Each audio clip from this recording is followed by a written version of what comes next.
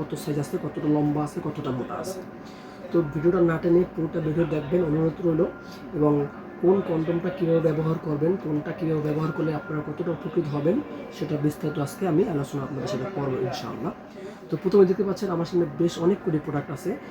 তো আমার হাতে যে প্রোডাক্টটা দেখতে পাচ্ছেন এটা হলো একটা আর্টিফিশিয়াল প্যানিস বা কৃত্রিম লিঙ্গ বা রিয়েল ডিলডো, যাই বোঝেন বা মনে করেন।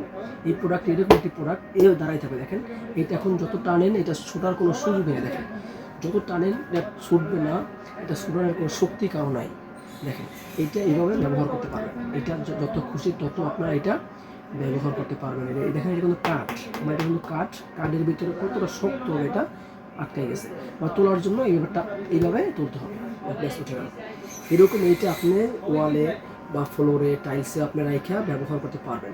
দেখেন এই অন্ডকোষ সিস্টেমটা দেখেন কতটা নরম, দেখেন কতটা সফট। দেখেন এটা দেখেন টানলে বড় হইতেছে, দেখেন বড় হচ্ছে। এবং মাথাটা কতটা তুলতুলে, দেখেন কতটা তুলতুলে এবং নরম মাথা।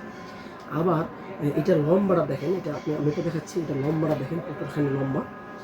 এটা লম্বা দেখেন, এটা লম্বা আছে প্রায় 6.5 ইঞ্চি। দেখেন একদম 6.5 ইঞ্চি লম্বা আছে। দেখেন 6.5 ইঞ্চি, এটার ভিতরে 6 ইঞ্চিও আছে। আর এটা মোটা দেখেন, এটার মোটা আছে কতখানি, এটার মোটা আছে হলো যে 5 ইঞ্চি। দেখেন এটার মোটা আছে 5 ইঞ্চি। দেখেন 5 ইঞ্চি মোটা আছে এটা কিন্তু এই 6.5 ইঞ্চি এই অন্ডকোষটা এইটা বাদ দিয়ে কিন্তু শুধু আপনি কাজ করতে পারবেন 6.5 ইঞ্চি। তো যাই হোক, আবার যাদের বলেন অনেক সমস্যা বেল কন্ডম লাগবে, বেল সিস্টেম কন্ডম, এটা দেখেন মোটা, দেখেন কতখানি মোটা আছে। এটা মোটা আছে 5.5 ইঞ্চি। দেখেন এটা মোটা 5.5 ইঞ্চি।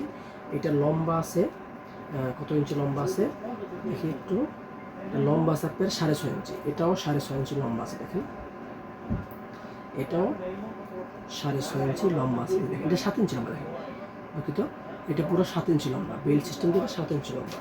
এখন বেল সিস্টেম কারা ব্যবহার করবেন, এটার জন্য আমার চ্যানেল